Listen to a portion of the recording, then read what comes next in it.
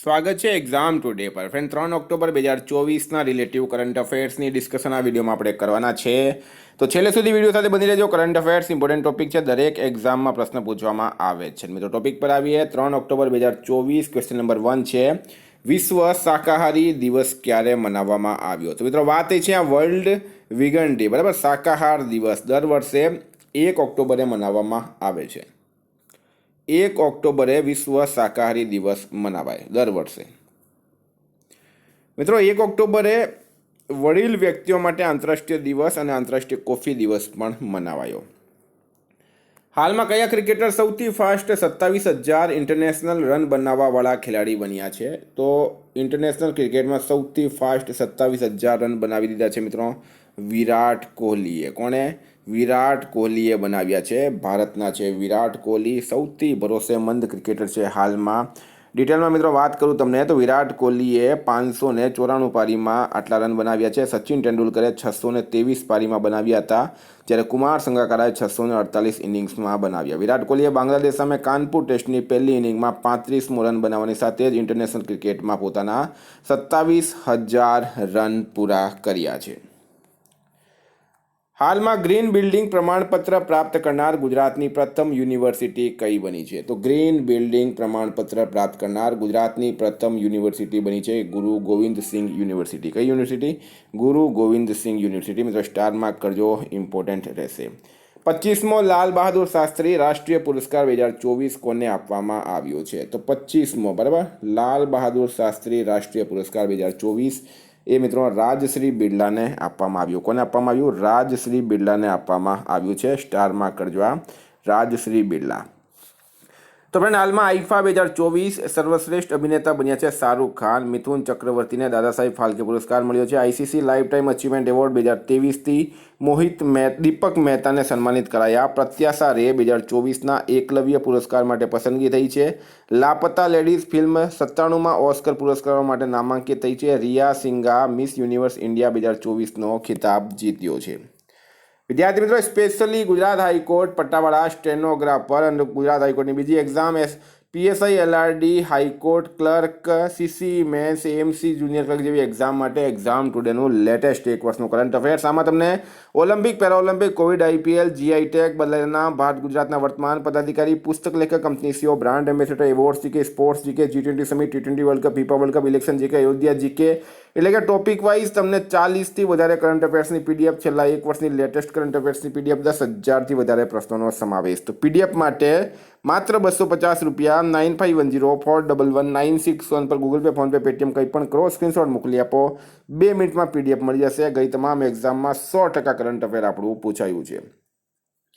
હાલમાં IL&FS ગ્રુપે કોને CMD નિયુક્ત કર્યા છે? તો IL&FS ગ્રુપ દ્વારા નંદ કિશોરને હાલમાં CMD નિયુક્ત કરાયા. કોને?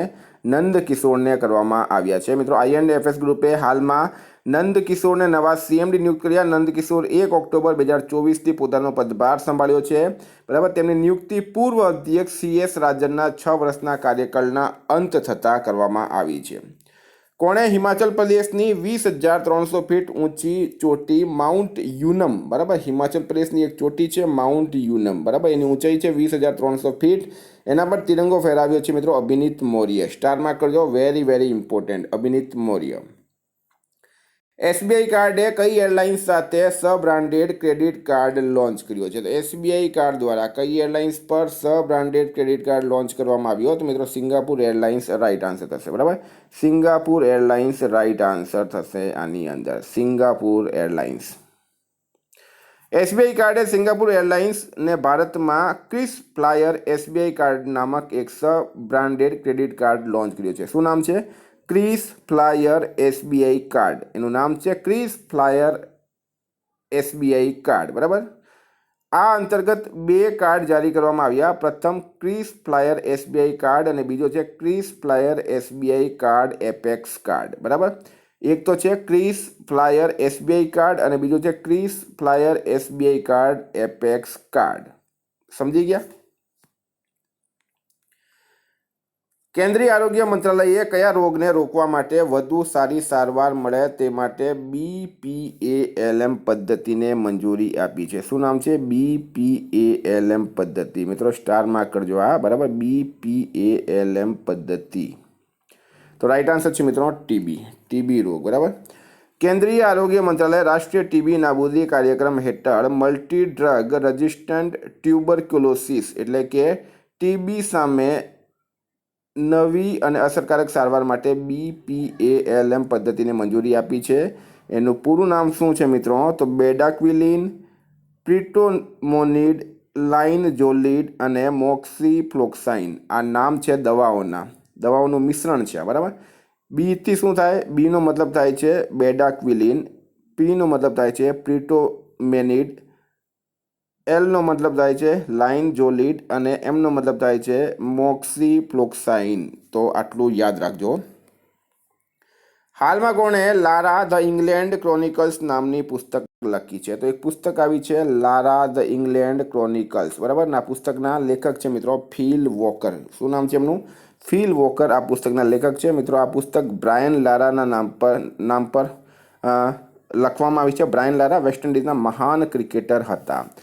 હવે મિત્રો વાત થઈ છે પુસ્તકની, તો સુશીલ કુમાર શિંદેની આત્મકથા 5 ડિકેડ્સ ઇન પોલિટિક્સનું વિમોચન થયું. A journey from black gold to white gold નામક પુસ્તક કુલદીપ ગુપ્તાએ લખી છે. PM મોદીએ પરિમલ નાથવાણી દ્વારા એશિયાઈ શેરો પર લખાયેલ પુસ્તક કોલ ઓફ ધ ગીરનું વિમોચન કર્યું છે. હાલમાં ક્યાં ભારતના પહેલા ઓક્સિજન બર્ડ પાર્કનું ઉદ્ઘાટન કરાયું? તો મહારાષ્ટ્ર ખાતે, બરાબર. મહારાષ્ટ્રમાં ભારતના પહેલા ઓક્સિજન બર્ડ પાર્કનું ઉદ્ઘાટન કરવામાં આવ્યું છે. ક્યાં કરવામાં આવ્યું છે? મહારાષ્ટ્ર ખાતે કરવામાં આવ્યું છે મિત્રો. સ્ટારમાં કરજો આ પણ. મહારાષ્ટ્ર રાઈટ આન્સર થશે. તો મિત્રો વાત કરીએ હવે આપણે મહારાષ્ટ્રની. તો મહારાષ્ટ્રના CM છે એકનાથ શિંદે, રાજ્યપાલ છે CP રાધાકૃષ્ણન, મહારાષ્ટ્રનું કેપિટલ છે મુંબઈ. હાલમાં PM મોદીએ મહારાષ્ટ્રના અમરાવતીમાં PM મિત્ર પાર્કની આધારશિલા મૂકી. PM મોદીએ મહારાષ્ટ્રમાં આચાર્ય ચાણક્ય કૌશલ વિકાસ યોજના શરૂ કરી છે. મહારાષ્ટ્રના નાસિકમાં 80% અનામત સાથે જનજાતીય વિશ્વવિદ્યાલયની સ્થાપના થશે. ભારતીય મૂળના રવિ આહુજા કઈ કંપનીના CEO બન્યા છે? તો મિત્રો સોની પિક્ચર્સ એન્ટરટેનમેન્ટના નવા CEO હવે ભારતીય મૂળના રવિ આહુજા બની ગયા છે. તો આ વર્ષનો સૌથી ઇમ્પોર્ટન્ટ પ્રશ્ન આ પણ થઈ જશે. મિત્રો વાત થઈ છે નિમણૂકની, તો જીતેન્દ્ર જે જાદવ એરોનોટિકલ ડેવલપમેન્ટ એજન્સીના DG બન્યા. KVS મણિયન ફેડરલ બેંકના CEO બન્યા. આલોક રંજન NCRBના નિદેશક બન્યા. કલિકેશ સિંહદેવ NRAIના અધ્યક્ષ બન્યા છે. હાલમાં 26મી જલ ઉર્જા ટેકનોલોજી અને પર્યાવરણ પ્રદર્શની 2024 ક્યાં શરૂ થઈ ગઈ? 26મી જલ ઉર્જા ટેકનોલોજી અને પર્યાવરણ પ્રદર્શની 2024 મિત્રો એ દુબઈ ખાતે હાલમાં શરૂ થઈ છે.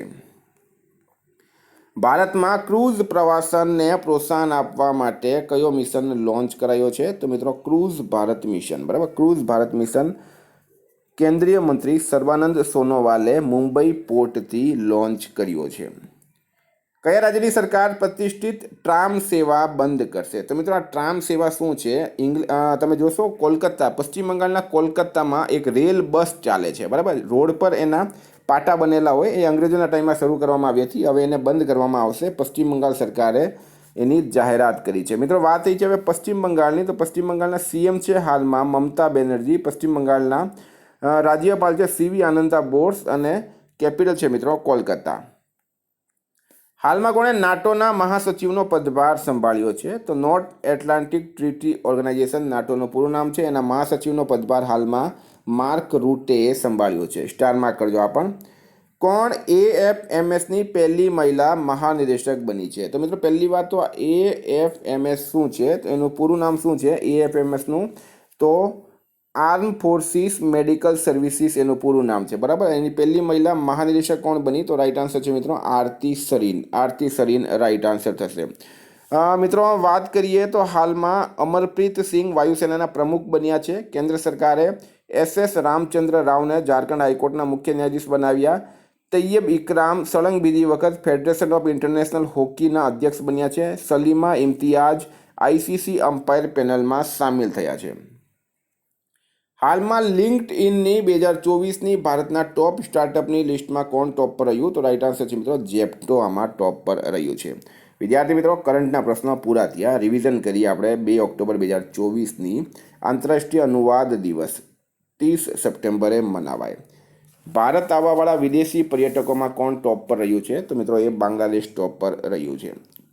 ગુજરાતમાં ગુટખા તેમજ તંબાકુ કે નિકોટિન યુક્ત પાન મસાલા પર પ્રતિબંધ કેટલા વર્ષ સુધી લંબાવવામાં આવ્યો? તો 1 વર્ષ લંબાવવામાં આવ્યું છે. મધ્યપ્રદેશના નવા મુખ્ય સચિવ બન્યા છે અનુરાગ જૈન. ભારતે જુનિયર વિશ્વ વુસુ ચેમ્પિયનશિપમાં કેટલા મેડલ જીત્યા? તો મિત્રો 7 મેડલ જીત્યા છે. નહેરુ ટ્રોફી બોટ રેસનો 70મો સંસ્કરણ ક્યાં આયોજિત કરાયું? તો અલ્લમપુજા ખાતે કરાયું. નાટો ક્યાં ઉત્તરી ભૂમિ કમાન સ્થાપિત કરશે? તો પૂર્વી ફિનલેન્ડમાં.